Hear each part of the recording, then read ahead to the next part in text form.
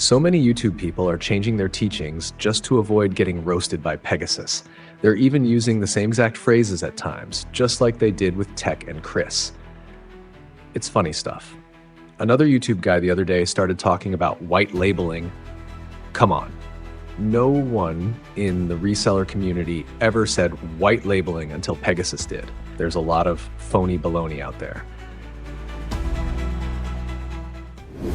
Hey, what's going on, loungers? Welcome back to the channel. If you're new here, my name is Mason T, and I am a 20+ year importer and product developer. So today we're going to be talking about the young dudes in this space, right? So if you guys know my work, I normally do a lot of these critique videos, and basically what happens is that I bust people speaking out of their depth in this business area, okay? So the best way to explain a lot of this, to wrap your mind around it, if you don't come from a business background, is the idea of, let's say, careers and jobs, right? What is the difference between a career and a job? A career grows, you can level up, you keep going up with it, right? A job is a dead end job, right? So think of like any entry level position being like a greeter or a busboy. There's no growth in this thing, right? And basically you get out of it exactly what you put in. You put in 10 hours of work, you're going to get 10 hours of pay. And that's what makes it very grindy, right? Because you only get out of it specifically what you put in. There's no way to amplify what you're doing. All you could do is just work harder. Now let's translate that over to the business area. Business is something that you build and it grows and it evolves and it levels up. But when it's a hustle, that's why we link the two words hustle and grind together, because what you're getting out of it exactly what you put in. So if you go out and you get a haul of like 30 items and then go ahead and then you list 30 items, you could only max potential sell those 30 items if you are getting stuff that everything flips. So the problem with the young gurus in this space, right, is exactly what the problem of business is. Business by nature is something that we have to invest our time in order to grow. And when you look at their young faces, they haven't put in their dues. They haven't put in the time that puts them in a position of education for other people. I'm not saying that these guys are not successful. I'm saying they're in no position to start teaching stuff to people, because guess what? Young people tend to say dumb things. We've all done it. The best way that I could explain it is if you have a child or somebody younger or a niece or a nephew and they ask you, what is love? Don't say, baby, don't hurt me, okay? The point is that what you thought was love at the time when you were younger versus what you know about it now that you've had mature relationships is two completely separate things. So for me to go ahead and critique these guys, yeah, maybe they might be a little bit salty about it at first, but for all of us, when you look back 5, 10, 15 years of yourself before, you have a whole different perspective every single time. Because at the time when you don't know something, you're going to work at it to the point of redundancy. You haven't worked out all the kinks. You don't know what is the strongest stuff that moves the needle versus the things that, yeah, I did it in order to cover my bases. It really wasn't that necessary. So for you to go as far as to try to make these courses and then be gurus to other people, yeah, you're going to go too far with that, and you're going to be speaking out of your depth. And already we have busted many people who are constantly saying things to inflate what their wisdom is. In this particular episode, we're going to coin a new term called wisdom jamming. And I'm going to show you guys some fine examples of it. All right, guys, so we're going to kick off this video with Matt from the Aussie Flipper over here. So if I could direct your attention over to the top left where it says 5 years, 15,000 items sold, 500,000 sales, right? This is not the flex that he thinks it is, okay? And we're going to come back to this because we need to cover first the lessons that I did in the previous video. So I decided to go ahead and not give my 2 cents first and have you guys comment what you thought about these two particular clips. And the comments were overwhelmingly the same. It wasn't so much that we're all in disagreement of what his advice was, but rather we're all in agreement of how we disagreed with the advice, which is basically the idea that, look, if you're doing draft banks and stuff like that, things sitting in your draft bank is not for sale. So there's no chance of flipping it for money. And the whole purpose of doing this is to sell the item. So it becomes very defeatist the way that he's talking about it. Look, I get it, right? Sometimes you want to do a draft bank or whatever for the sake of laying out your workflows. Now, if you have a workflow in order to help you put up more listings and you're using the draft bank system in order to do that, more power to you. But if you are doing what your average guru is talking about, which is, spreading out your listings and stuff so that you could have constant activity, well, this is verifiably false. That's the problem, right? When you start putting out stuff like that to try to inflate your wisdom, and it is verifiably false things. And why are you saying this? Is because you're a young guy and you don't know what you're talking about. This could arguably be the biggest lesson that I've got for you out of these 20 that we're going through. You need to be building a draft bank and then always maintaining a draft bank as an eBay seller. All too many times in these 12-week challenges, I'm speaking to people about their draft bank and they just don't have one. If you're unfamiliar with what you don't draft need bank one is, it's basically you having put in the work up prior of listing up that item, but you've got it waiting in the wings. It's in the draft bank, it's not yet live. Now, we speak a lot on eBay about consistency of listing up quality stock every single day. And you don't need to be listing on eBay every single day. So you're talking about consistency, and then immediately you say, I don't need to be listing every single day. So it's like, which is it, right? This is what I mean.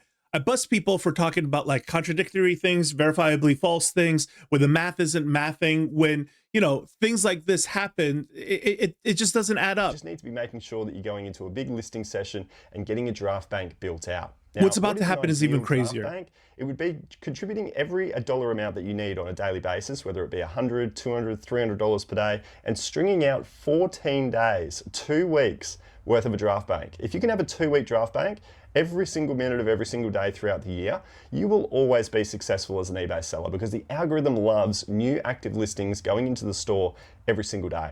Most people don't do it. They find that life gets in the way and they can't get the time to build out a draft bank, but those they do, they're always successful. Okay, so the problem isn't about like just draft banks and all that stuff. It's the way that he framed it. He framed it as, if you do the draft bank, you will be successful, as if one guarantees the other, as if one dictates the other. And that is a fallacious statement. That's the problem. So see, I don't break down people. I break down the idea, right? What you're saying is verifiably false. We're challenging idea for idea here. So the next thing that he gets into is somewhere around the 1730-ish area. And let's have a listen to this one. It's all about the eBay algorithm. It's designed to give you what you give it. Okay, so that's a big unlock for a lot of people because they don't understand the eBay algorithm. It's very confusing. You might be not really tech savvy, and this whole algorithm chat is confusing. But think about. I think it's very bold of him to start off with like how, a lot of people don't understand the algorithm and it's very confusing, and then proceeds to explain the algorithm in a way where it just shows that he doesn't understand it either. Like this. If you give eBay $100, it wants to keep you as a satisfied seller on the platform. So it needs to give you some form of sale in return for the work and the time that you've given it. eBay doesn't give you sales, right? It doesn't gatekeep you from sales unless you have problems with your account. Now it's going to reduce your visibility. But if that's not the reason, it doesn't just automatically give you sales. You still have to have items that other people want. The thing about algorithms, right, is that a lot of people also have another more negative, false pretense about how algorithms with eBay works, whereas, the algorithm is set up in a way where it's just benefit for eBay alone, right? And that's not necessarily true either, because look, if the market for eBay doesn't thrive, then eBay doesn't get to thrive. So therefore, everybody has to mutually benefit somehow. So that's not how the algorithm works. Imagine yourself, right? If you were to run a platform and have a marketplace and you're trying to compete marketplaces with other marketplaces to survive and then eventually, maybe even beat them, then you want the whole marketplace to thrive, not just you're the only one benefiting. Otherwise, that doesn't work. So if you can build that out on a consistent basis and give it $100 a day for a certain amount of time, the algorithm to keep you around as a seller before you run off to another selling platform is designed to feed you with the sales that you deserve. So the second that you fall back on that, so immediately, right, feed you with the sales that you did. This is like an incredibly entitled approach. That's not how it works whatsoever. So the whole idea of this arbitrary number of like, oh, if you give it like $100, and then it's going to give you back such and such. That makes no sense. You could definitely list $100 items that nobody wants and shock, it won't sell. Right. That's the problem. So to frame it this way, again, it's false. The way you're saying it is false. And you don't give it some active listings every single day, the algorithm has to chill out, because it's like, well, if you haven't given me anything, I'm not going to give you anything. In layman's terms, that's how the eBay algorithm works. That is not how the eBay algorithm works. Not by a long shot, not even close, okay? If anything, the eBay algorithm, it works by promoting sales history, right? If you have a good track record. Imagine asking Don King to help you get a title shot when you have a 0-0 record. That it doesn't work that way. You don't automatically get to go to the front pages to rank into the #1 listings without having some kind of sales history. And that's just for repeatable items. For as far as one-off items goes, that's not even on the table for you guys. So for him to, you know, put out this video where he's sitting in a place where, hey, let me explain the algorithm to you. Bro, you're not even running a business where you have actual algorithmic support. This is where it gets so crazy to say something like that. Now, to be fair to him, right, David Pelayo has said such crazy things in the past as well. And this is exactly another thing that I'm trying to expose, right? The echo chamber, the bubble. Now, I don't fault David Pelayo for this, okay? The only thing that I fault him for is that, like, he didn't double confirm what he heard.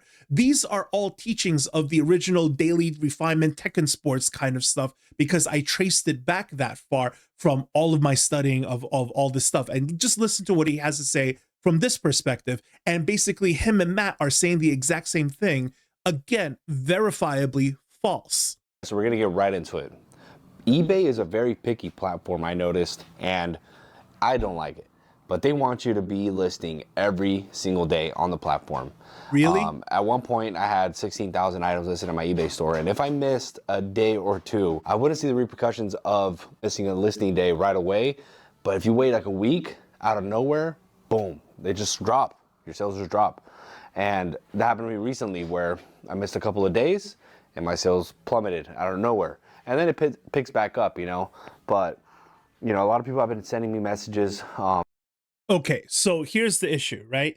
It's not the algorithm, it's your business setup. It's the way your business is set up. When you look at, this is back then when David Pelayo did a bunch of sneakers, right? And you can see behind them, these are all shoes, a whole bunch of shoes, right? The problem is that these are not replenishable pieces. He only has one copy of all of these things sorted out in sizes and stuff like that. So if it's sold and now you don't have it anymore, then your stock goes down, right? Your sales are going to go down. It's the same thing in a replenishable model. Let's suppose he had all these sneakers and he's, you know, as big as Nike, right? And then he has, like, you know, 1,000 copies of every single style and SKU and size. By the time your item sells out, the sales will start to plummet because you don't have stuff to sell anymore. And that's what happens here. So this is my complaint about the whole YouTube area when it comes to searching things on eBay. It is resellers talking to resellers about reselling, and therefore it is constantly anecdotal experience about reselling. And all you got from these guys is, well, all I know is that when I do A, then B. If A, then B, and it happens more often than not. True. That is called empirical data.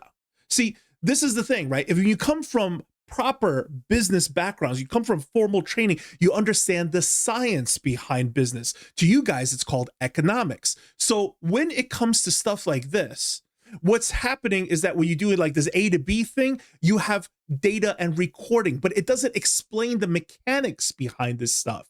So how do we explain the algorithm in a way that we could better understand it? Well, essentially, the problem is this, right? There's a lot of scenarios where what you're saying as a reseller, it just doesn't apply to other sellers like myself, right? So for me, I don't put up a new listing. I have a whole bunch of repeatable stuff. All I have to do is keep reordering and then keep it alive. As long as it doesn't phase out because of trends, shifts, and stuff like that, then I'm going to be okay. If I have an item that is steady moving 20 units for me every single day for the past 3 months, 4 months, you could best bet the next month it'll probably still move at 20 units a day. It is a predictable model because you have a proven item. So guys like myself who are selling proven items in a replenishable, repeatable setup do not experience stuff like this whatsoever. As well as when a lot of people talk about like, look, if you don't put up stuff, then they're going to shut down your store, as if there's some kind of negative brownie points or super shadow banning. That doesn't make any sense to the stay-at-home mom who put up 2 items, a pair of shoes and a handbag, and it didn't sell for anywhere between 8 months to 2 years, and then suddenly, ping, she gets a notification on her phone and said, oh yeah, that thing I listed forever ago sold. How do you explain that? You can't. And this is what I'm talking about. You're retaining this information and the conversation between resellers talking to resellers just about reselling. And that's not actually how the whole business mechanics works. So let's come back to this particular number over here, right? Because I want to show you, this is his sales funnel over here, and he's trying to, be a guru and then teach people, and then this is his course and stuff. And then these are some of his numbers over here. But as we come back to this, if you crunch these numbers, the easiest thing to do right now is go ahead and take the 5 years and then divide it into all of these numbers, right? So 5 into 15,000, you're talking about 3,000 items sold a year. 500,000 in sales, you're talking about 100K in sales for the whole year. Now, if you go ahead and take 3,000 items sold for the whole year, do you know how many items you're selling every single day? A little over 8, okay? So for many of you guys out there who are already selling 5 a day, or you are selling, I don't know, 10 or 15 a day, well, my point is this: if you are coming from 0 and now you are here at 5 a day, or you are here at 10 a day, and he's at 8 a day, right? Is he in any position to be teaching you how to do stuff? That's my point. Anybody can just jump in and give somebody a couple of pointers. You guys could do the exact same thing. Anybody could teach this kind of stuff from 0 and be somebody's tutor. When you really think about what reselling is, it's an entry-level position. So therefore, it's for everybody. And I don't mean that it's for everybody, it's not for everybody in that subjective tone. I mean that the standard operating procedure of something as simple as reselling is something that anybody can do. So reselling is for everyone in that sense. That's what I mean by this, right? So when you crunch these numbers and 3,000 sold in a year, and then you have $100,000, that means your average ASP is going to be around $33, 33.33, running threes and stuff like that, right? Okay, now to be fair to him with the numbers, his numbers now goes from like 110 to 130, 125, 130, up and down over here. So if I had to go ahead and recrunch this numbers, then he has moved on from 8 sales a day to somewhere around 11 sales a day. Right. So for many of you guys out there, one more time, right, who are moving stuff around like 12 to 15 sales every single day, if you go from 0 to 12 to 15, and he's here at 11, try to tell you what's what. That's my point. You're speaking way out of your depth, and you don't actually have those flex numbers to actually say something like this. Now, I want to rewind all the way over here, right, to just the beginning of what he's trying to say. And I'm going to show you right off the bat, I already disagree with most of what he has to say. So you can beat the eBay statistics and win. Lesson number 1. Look, time is the most important asset that we have. I'm sure you've all heard that before, but I think that often gets thrown out the window when we jump into a new exciting challenge like an eBay business. I get it. In the early stage, there's going to be a learning curve and you're going to have to spend more time in the early stages. But what often gets lost is trying to speed up the time it takes to do things. We really need to put systems in place to make sure that what we're working on a continual basis is only getting faster and achieved on a quicker time frame. Now, I didn't do that for my first 3 years, and I ran into a lot of burnout when it comes to eBay. It was my only source of income, so I was spending 80. But here's where it gets really interesting, right? He said that he didn't do that in the first 3 years, and yet And when you look at his numbers, there was improvement from 110 to 130 and then dropped, to 125 here and then back up to 131. So what's going on? This kind of doesn't match what's happening, right? Why would there be a mild improvement?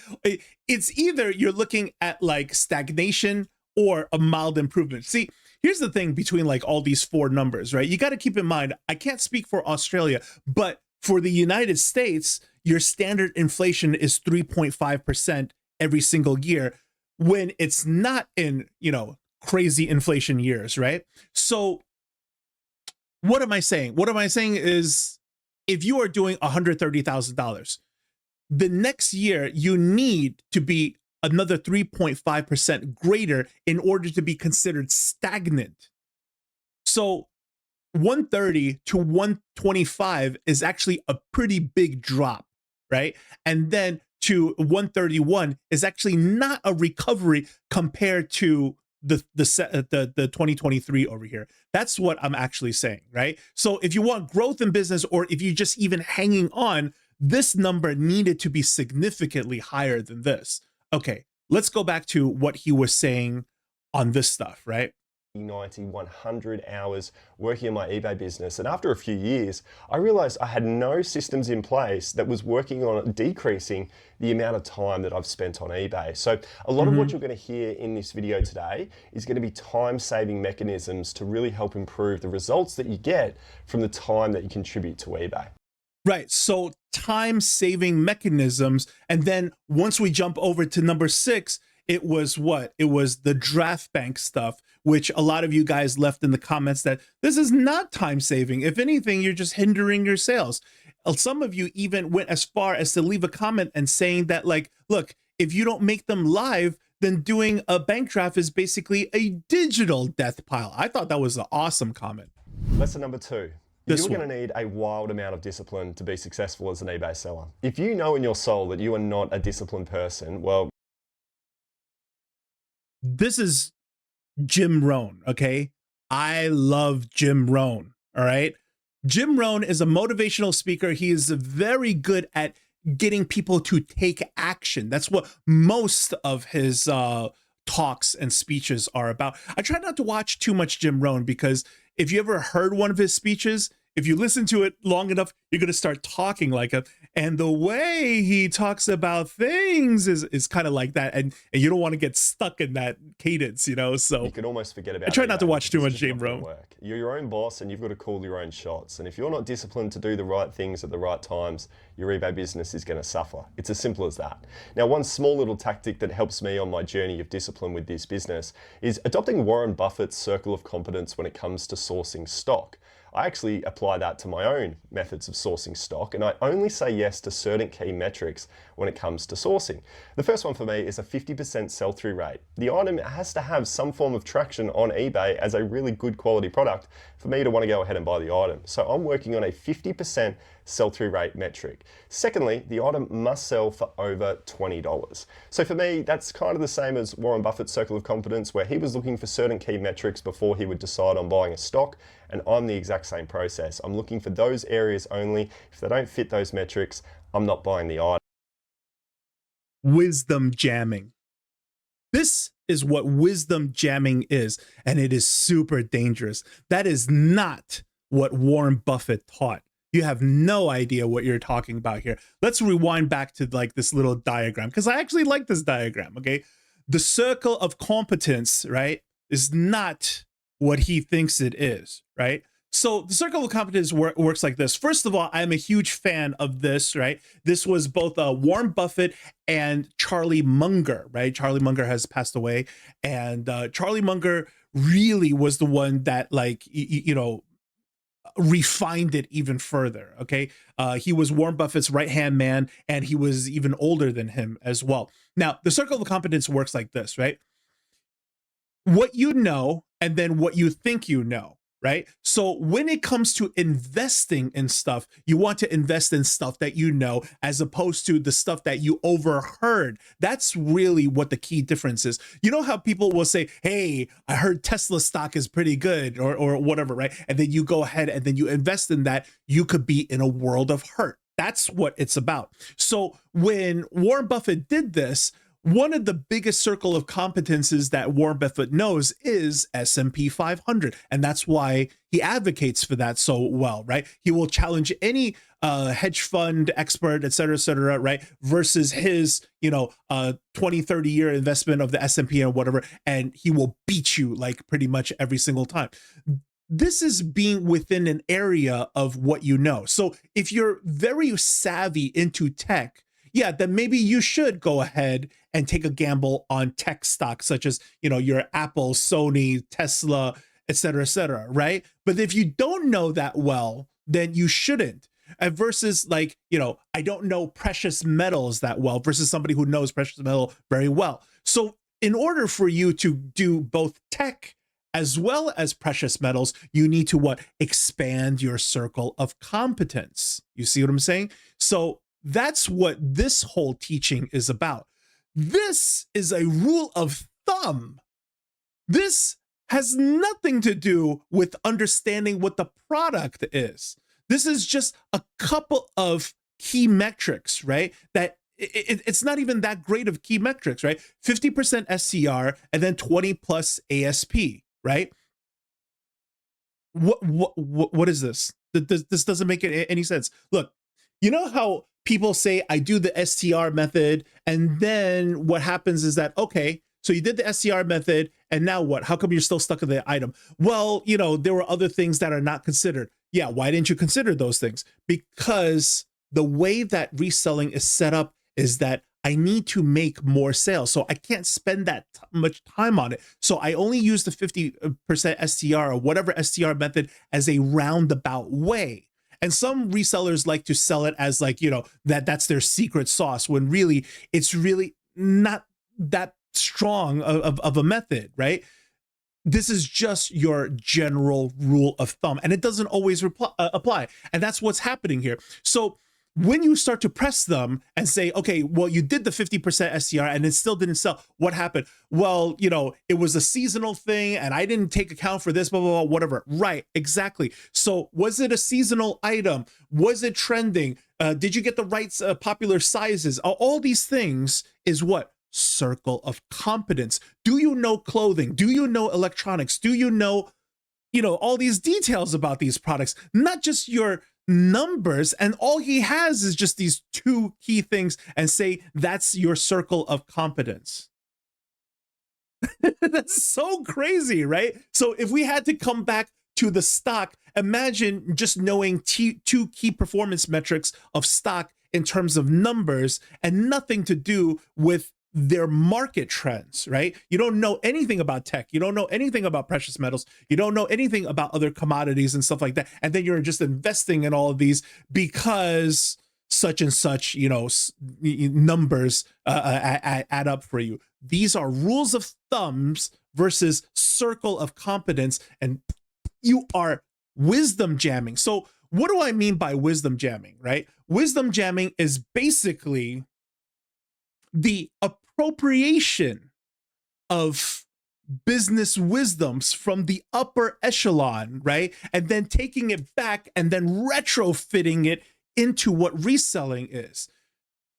Guys, one of the most dangerous things out there in the world right now, as far as the reseller content, is the motivational speeches. And this is why I critique everybody, as young guys as Job Sendagala to old guys such as Chichinking. Chichinking's most dangerous stuff is all of his motivational speeches, because the problem is that in the entry level of business, just like the entry level of a job, career ladder, right?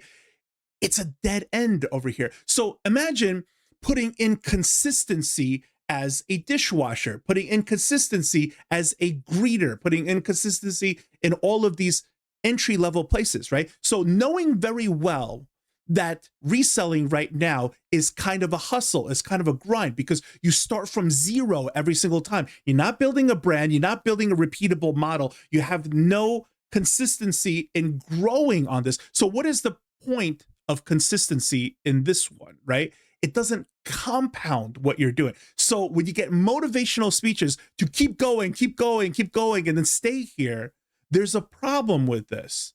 You know what I mean? So look, if you choose the path of education, right? I'm reading this book, I'm reading that book. There's a means to an end to that. After I read this book, I read another book, and now I have the knowledge from this book, plus this book, plus this book, plus this book, making me a better person. But when you are doing a haul and I bring home 30 items, every single thing that I sell and then I use it to pay for my lunch, it fizzles, it's done. There's nothing compounding here. It's not like building up a winning item that used to sell 5 a day, and now because of better advertisement, because of better ranking, because of better placement, because of word of mouth, because more people own it, so more people are telling other people about it, now it sells 25, 30 a day. You're not doing something like that. And this is why when you take the wisdom from the upper echelon and you jam it back into reselling, it doesn't work. It's weird. This is wisdom jamming. This is the appropriation of stuff. It's not appropriate, and it doesn't fit, and it doesn't work. You know, guys, I'd really like to take this moment to thank you all for being so supportive of this channel, right? And with the last video, so many people commenting and playing along with the social experiment.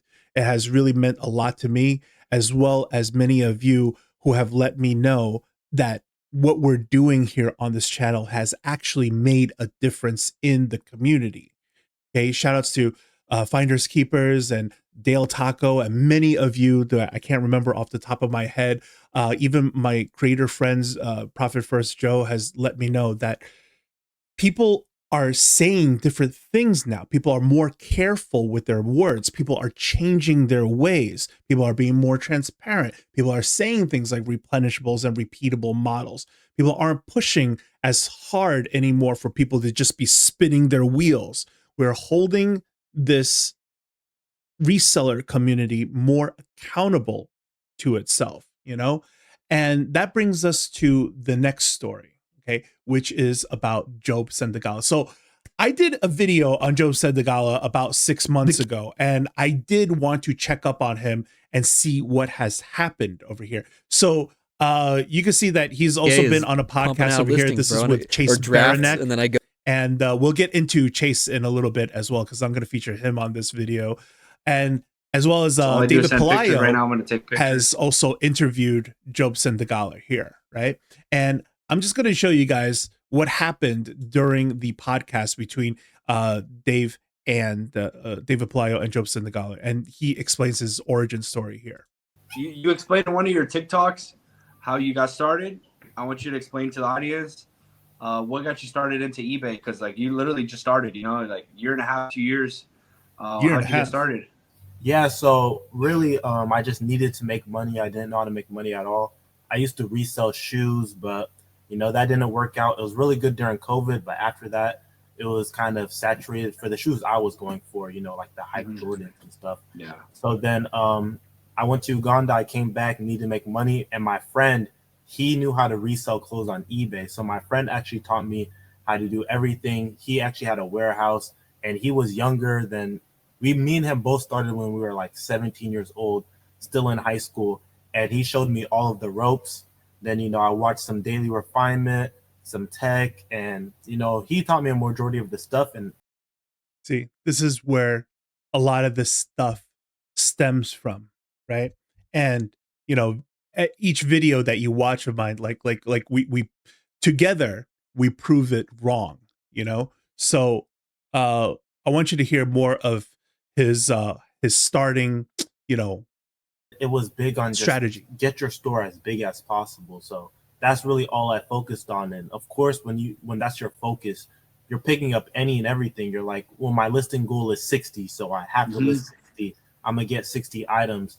And so in the beginning, I'll just work really hard to just get as much items as I possibly could. And then over time, I learned, like, you know, just focusing on higher quality items, AS. Right. So he was still learning himself, and yet already starting a course type funnel type of thing, right?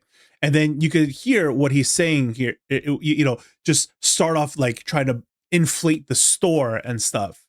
And once you start learning more about this, you know, you find out that this is the wrong way to do things. And this is a mistake that a lot of people make. And people have left comments on my channel to help other people who come over to my channel and read these comments and really understand what is happening in this community, right? Where people say things like, look, people have overly inflated stores and they wear it like a badge of honor, when really having a large store doesn't necessarily mean you have a lot of sales. People think that equates, but that's not what actually happens.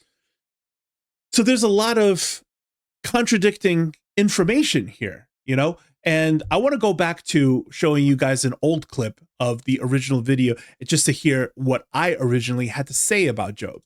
So basically what I'm trying to say is that in itself, if you're trying to learn business wisdom from someone, it can't be somebody at 19 years old because they just haven't lived long enough. So it's kind of just common sense, you know what I mean? So immediately we're just going to kick this video off with one of his first claims of success.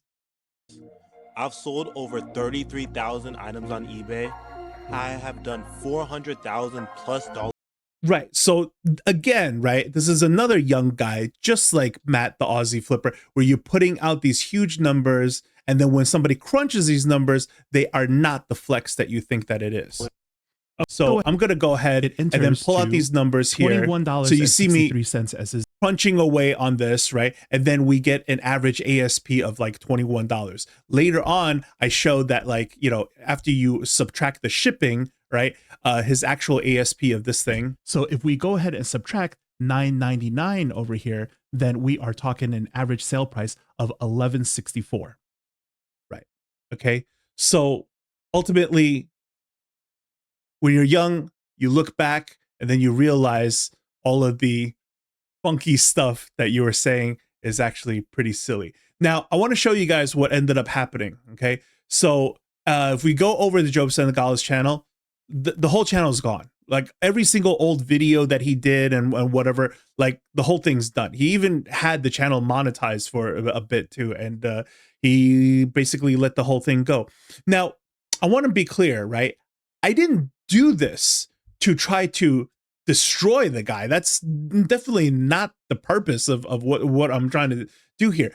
See, it's more important, right, that I'm helping the awareness for the audience. If you guys remember the old video that I did of this one of Job, it even had a comment in there of somebody saying, I am 56 years old and I am not afraid to say that I look up to you. What? You know, he's basically learning himself. He just picked it up a year and a half ago in that podcast, and he's already trying to be a guru, right? If you are doing something like that, you're definitely going to do more harm than more help. So I think what he did is, if you check out the his links and stuff, the funnels or whatever, none of those links work anymore. And he has taken all of that stuff down. And you know what, guys? I think kudos to him. That is the responsible thing to do. You're in no position to be charging people and trying to help. You're going to end up causing more harm than anything else. You don't just graduate high school and then just start teaching high school, right? So that's pretty much the issue with that. So I did say that I was going to swing back to Chase Baranek here, and he has a particular story about how he started a candy empire back in high school. Now, full disclosure, I have heard him tell this story on his channel as well as on this podcast on 4 separate occasions. And on all occasions, I have no idea how any of this works, even though this is his flex story that he's supposed to know very well. And there's a lot of key details that's left out, a lot of strange details that's purposely left in. So I want you guys to hear it yourself. Now, to be fair to Chase, he is not a guru of any kind. He doesn't have some kind of landing funnel page where it's trying to guide people over to his mentorship or course or anything like that. But what he has to say here is still very befitting of the whole theme of this particular video, which is young guys who just simply don't know what they're talking about. So, like every business I've started, it started from watching a YouTube video. So, the very first business I ever had was selling candy in middle school and high school. And there was a guy called Kenyon Ken who he still makes YouTube videos to this day. But he was like I think he had blue hair at the time, and he was like holding a bunch of money, and he's like, how to make $1,000 selling candy. And I was like, whoa. And so for those of you who might be wondering, this is who Kenyan Ken is, and this is what he looks like, okay? And I want you to listen to the advice that Kenyan Ken had to say. This is what happens when you listen to the young guys. Original ones. Keep in mind with Skittles, you're probably going to be left with a lot of these at the end of the day. Although they do sell really well, they're not everyone's go-to candy, so they're good to have in your inventory, but they're not like the best-selling candy ever. Although they sell very well, but they're not the best selling. Which is it, Kenyan Ken? Shut up. I don't know, whatever, something clicked, and I was like, okay, I'm gonna go across the street. At the time, I lived across the street from a Sam's Club, and I went and I got a box of Starburst and Skittles, and I was like, this is it. I'm gonna go on the bus tomorrow morning, and I'm gonna sell all this tomorrow. And I'm on the bus. No one wants to buy from me, and I seriously contemplated just giving up on the bus ride to school. And I was like, no, I think I can still sell this candy.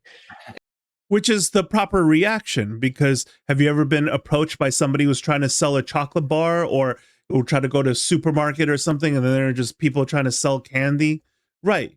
You just pass by and ignore them because you're trying to sell me something that anybody can get anywhere, that's readily available everywhere. So you got to sweeten the deal somehow. And I threw it all in a Nike drawstring bag. So wait, what was the What's game that? plan? Were you picking specific candies like that you saw, or did you have a bunch of different SKUs? Like, what was the initial? Did you only get like I want to know too. box? He's like, get the Starburst Skittle pack combo Starburst, pack. that specific one, yeah. Yeah. And I went and got that, and I ended up walking into school, and my group of friends were there, like playing basketball before the first period. And I was like, guys, I got candy, and no one was like, oh, okay, cool, whatever. This kid Logan came up to me. He's like, I'll buy something. Boom, first sale. I think he bought like a package of like Skittles, like sour Skittles or something. And that was the beginning of it all. I mean, okay, so he mentions that this kid Logan comes up to him and buys something, and that was the beginning of it all. And then never goes into the mechanics or any of those things, or who Logan is, or why other kids will follow suit just because this Logan kid bought the first sale from him. You'll see what I mean. that was it turned into a little candy empire. I had employees at different schools. I had bodyguards that would go after kids that owe me money, and just I had different lockers around the whole school. I'd bribe the teachers with candy. I used credit card swipers. So like, imagine you're sitting next to me in class, and math class, and some kid passes you their mom's credit card. Give it to Chase, and I'm like, I'm sorry, but thank you. And I like swipe it under the table because I'm so nervous that I'm gonna get caught. And it's like I'm using my mom's social security. I'm like, I'm illegal. I'm breaking the law. And then I slide back like a Snickers bar and a Mountain Dew, and I roll it to him, and we got out of control, to be honest. But and that, kids, is what a tall tale sounds like. So there's a lot of holes in this particular story, but I just want you guys to hear it one more time out of the horse's mouth himself. And here we go, the Candy Empire story. I innovated, and the reason that I had to innovate was because I kept having these little things happen, right? I would have my buddies wave their mom's credit card in my face and say, oh, I don't got any cash, but I got this. And I was like, okay, bet. So I ended up getting a square card reader, plugged it in my phone, and I started swiping credit cards in class under the table. You'd be sitting next to me in math class, and you'd have to, pass, some guy would pass over his credit card to you, and you'd have to give it to me. And I'd be like, thanks for doing that. Like, here, you can have a free candy. I'd slide back a Snickers bar, rolled a Mountain Dew back, and ended up doing that because I couldn't even do it. Like, I had to set up under my mom's social security number. It is absolutely true that you could just go ahead and get a square card reader with somebody's social security number. What's difficult about this is that you're talking about other people passing the card over to you, but how does a square reader work? Now, I have been a traveling sales for convention to convention when I used to sell my own battery line. And oftentimes on the spot, people would have dead batteries. So we would sell a whole bunch of batteries at the trade exhibit. So we needed a square card reader in order to do that. Now, the thing is that after you swipe the card, you turn the phone around so that the person can sign with their finger. So that person's passing a credit card over to you in a classroom. How do you get that person to sign? Like, you pass the phone back as well as it just gets so messy and complicated all at the same time. Now, another thing I want to point out is that the prices of the candy bars, right? Because you're talking about modern prices right now, as well as you have to collect tax. Let's say you don't collect tax, that's fine. But still, there is a surcharge to use electronic merchants. So when you are dealing with such a very small transaction as a Snickers bar or a Mountain Dew can, it's kind of not worth it to accept anything else but cash. Now, I sold cans of soda in high school when I was a kid, but this was back then where if you bought a pack of like a 12 pack of soda from the supermarket, it would be like something like 14 cents, 13 cents per can. You see what I'm saying? And then you would sell it for like $1 in school. And that was very good because it was clean like this. It was really hard to give change. You're not going to sell it for 75 cents and then just have a pocket full of quarters and then just, back and forth with like, giving change. But you would sell it, the can of soda, for exactly $1. We did that as Gen Xers. How much are you supposed to sell this thing for when it's most people who are doing cash? And then when you think about the card, well, how much are you supposed to charge for a card on a Snickers bar plus the surcharge on top of that so that the whole thing is worth the sale, right?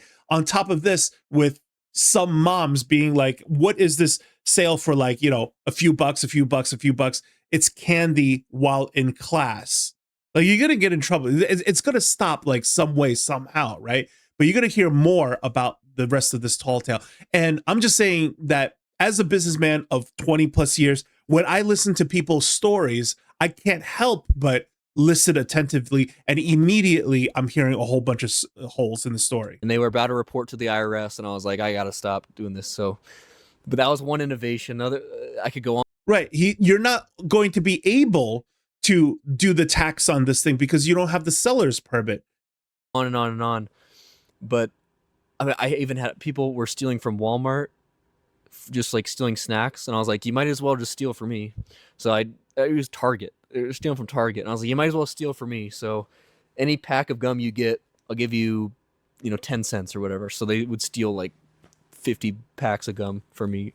The internet is forever. I had partnerships. I had 5 lockers across the school. I had, what else did I have? I had bodyguards that I would literally pay to go after people that owed me money. It was honestly hilarious. But the reason why I'm telling you guys this is like that innovation, that experience that I had there, I was like, okay. I even hired people. I hired people from different schools to sell candy for me. So I had like these systems that I was building, and I had this experience of like, okay, well, I could probably do this faster if I had employees. So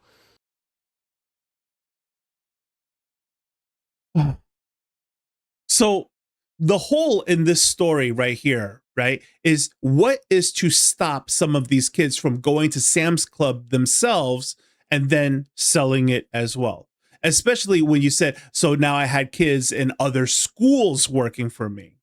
How does this make any sense, right? This is exactly the same problem with hiring as a reseller, right? Because what is to stop somebody from underneath you working for you to just go ahead and be a reseller themselves? Your guys are in the basic entry level area. The source that you're getting it from is Sam's Club. So how does this make any sense, right? You're not supplying these kids lower than, forget it. You guys know the point, right? And this is very different from like, using your credit card to go swipe something at Walmart for a Snickers bar, right? Because the merchant service for these large companies like McDonald's for $1 French fries or something like that, the rate that they get is very, very different than an individual with a Square reader, right? So how is this pricing supposed to work? You go too high, even a kid knows that's way too much for a candy bar. I'm not giving you that, right? So there's a lot of holes in these particular stories, and this is what I mean. Young guys get overzealous, they get on the internet, start barking, and this is what happens. So I want to say that when I first thought of doing this particular video, I knew that you guys are not going to fall for this kind of stuff as when it comes to the young gurus. So this is obviously, you know, a 14-year-old kid with a brick of cash in his hand, and he sounds like this. You guys have seen me resell anything from AirPods to watches to spider hoodies to pants to a bunch of different other things. But forget about it, okay? I already know you guys are not going to fall for that nonsense, but I will show you this one, which is $4,000 a month at 16 years old. And this video has over 1.2 million views, which is super dangerous, right? With the amount of views that it got. So I want you to have a listen to what this is. You probably clicked on this video because you're broke and trying to find a way to make money. Well, I don't gatekeep, so I'm gonna show you guys the perfect method. As you can see, I've been using this method for about a year now, and I'm up to $3,000 to $4,000 a month at this point, and I'm only 16 years old and I'm still in high school. First, I want to say that if you are in this e-commerce game, everything is electronic, right? From credit cards to crypto to wire transfers. What are you doing with that brick of money in your hands? Who is this for? You literally went out of your way to ATM this to then put it back on camera. Everything that creators show you is intentional. Now, here's my point on this. If that wad of cash did anything to stir your feelings, you need to go look yourself in the mirror. This is what I warn you guys against, right? Because who is this for? It's for you specifically, the ones who felt something. The rest of you guys who are just like, yeah, this is a scam written all over for it. This is a huge red flag, right? And you have to start searching your soul on this and just be like, yeah, okay. First of all, number one, I have no idea what this metric is. I've never seen this type of dashboard before, right? That's already a red flag. And to go out of your way in e-commerce, none of us make money through cash. And this is clearly like some Gen Alpha kid talking. You're not a Gen Xer, you know what I mean? You're not a rapper. Like, this makes no sense. This method is pretty much completely passive, and I'm gonna show you guys exactly how I do it. So what I do to make all this money at such a young age is called reselling. So basically, I buy products like these one-to-one AirPods. I buy all kinds of different ones. Those are Pro 2s, these are Pro 3s. These are the original AirPods. I sell all of these electronics and also other products. I'm gonna show you guys these ones. Move some of these doors out the way. So yeah, I also sell designer clothing like these Eric Humano shorts and these spider hoodies. I do all the different colors in them. You might be wondering, well, how do you make money on these? Well, it's because I'm able to buy these products for so cheap. I can get these AirPods for $30. I get these Eric Humano shorts for $60. I get this for $80. And I'm able to sell these two I'm able to sell for up to $250 to $300. These I'm able to sell for up to like $150, $120-ish. And so the main thing that allows you to make so much money from this method is the profit margins. You're able to get these products for so cheap that you have high profit margins. You're making so much profit on each sale. So what I use to get these products is called a vendor or a supplier. They're basically the people that make these products and sell them for super cheap. And it's really hard to find a good one. I've been searching for so long, but I'm gonna save you guys time today, and I went ahead and built a whole website for you guys that has all the... I built a whole website for you guys of vendors and suppliers.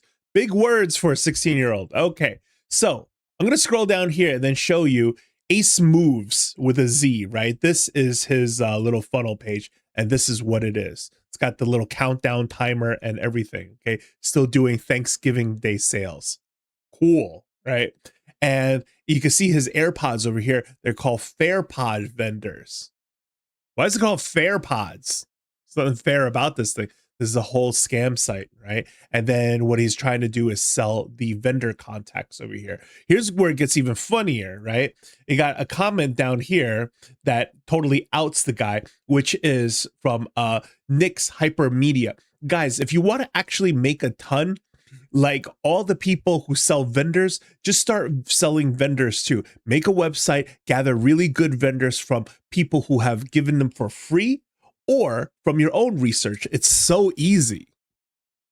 Right. All right, guys. So now for the final story of this video, we're going to be circling back to David Pelayo. So David is somebody that I've also been very critical of in the past because he used to do a lot of content that regurgitates the information from Daily Refinement and Tech and Sports. Again, displaying the echo chamber.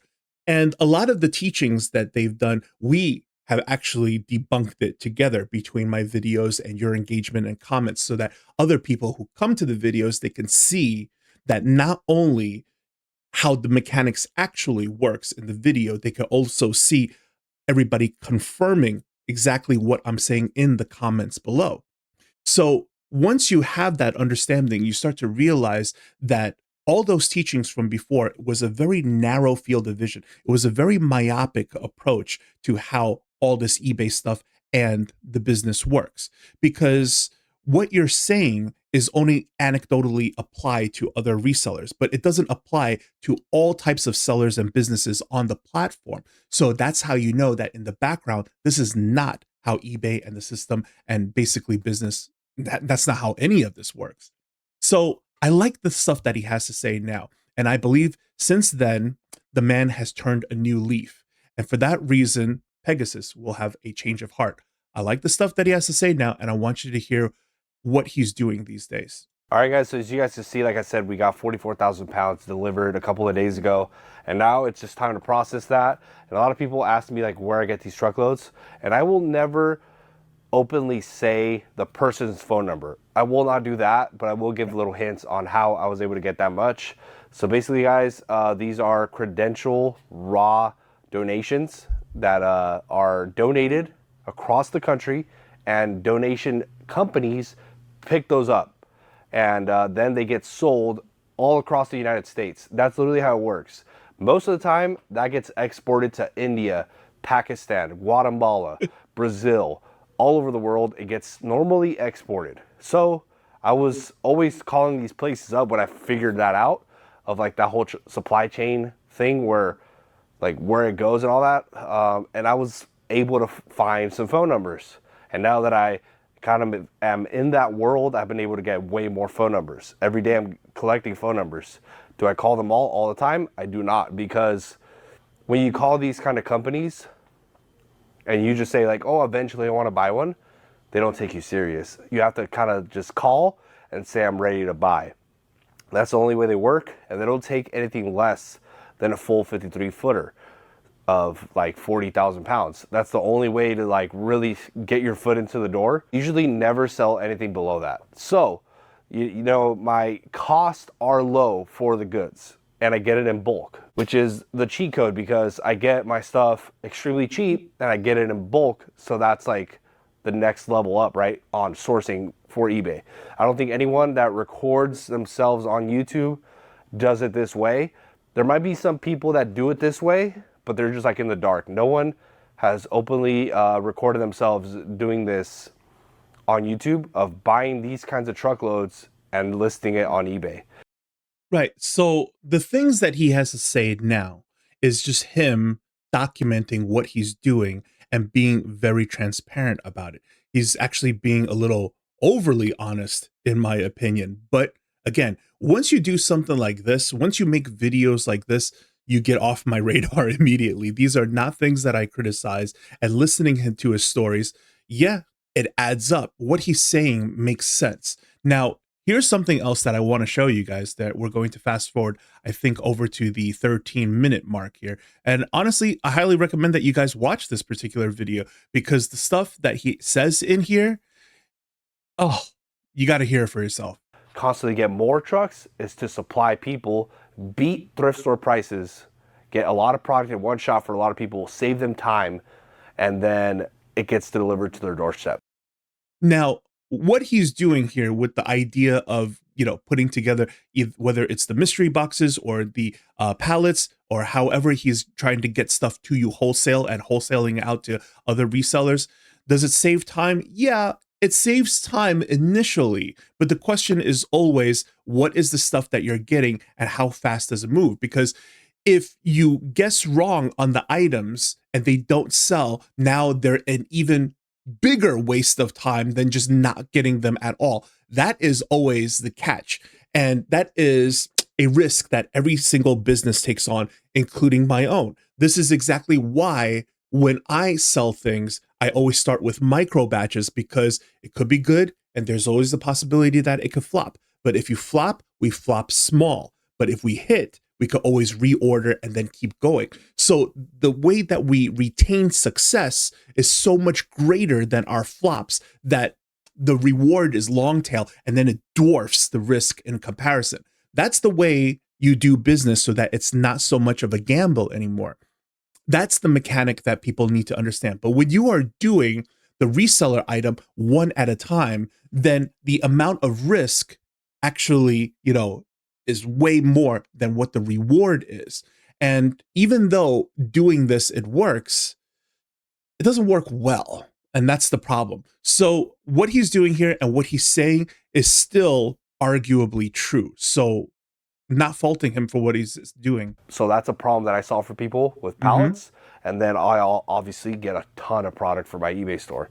With this truck right here, it'll probably be like 3,000 items, 4,000 items that I keep, and the rest get put into pallets, and it's the same exact stuff. Just if I find something that's 500, I just sold a Gucci jacket for a good amount of money, and I just listed a Chanel cardigan for $1,000. That I have to keep in order for it to be the cherry on top on. Right. So now you know, right, that what you're selling over here are basically what? Repacks. So in the Pokemon card world and stuff like that, these are repacks. And he's letting you know that he's already pulled the hollow foil, right? I got no criticism for stuff like this because of the amount of honesty and transparency. See, what I like about this is that this is exactly what these young guys have to offer. Just tell the truth. Let people know, hey, this is what I'm doing. This is, all the stuff in the day in my life and whatever. And this is not stuff that, I would critique about, right? It's only when you try to say something where, okay, here's my piece of wisdom, et cetera, et cetera. Now I'm going to listen to it and then I'm going to pick it apart. And I'm either going to give you a thumbs up or a thumbs down. That's something very different. But if you are just saying, look, this is what I'm going through, this is my experience, then there's nothing to argue. The whole entire overhead that we have, the money that we invest, I have to keep that. I can't throw that in the wholesale. And I'll be the first to say that, be honest about that kind of stuff right. I have to keep in order to make this all work. But we don't get like a ton of it either. Like in this whole truck, we could probably pull out 10 pieces that are like that are like, oh my God, this is 500. Oh my God, this is 400. We found this shirt right here. I put it up for 1,500. There's one that popped up on Google Lens for 6,000, but I don't believe it.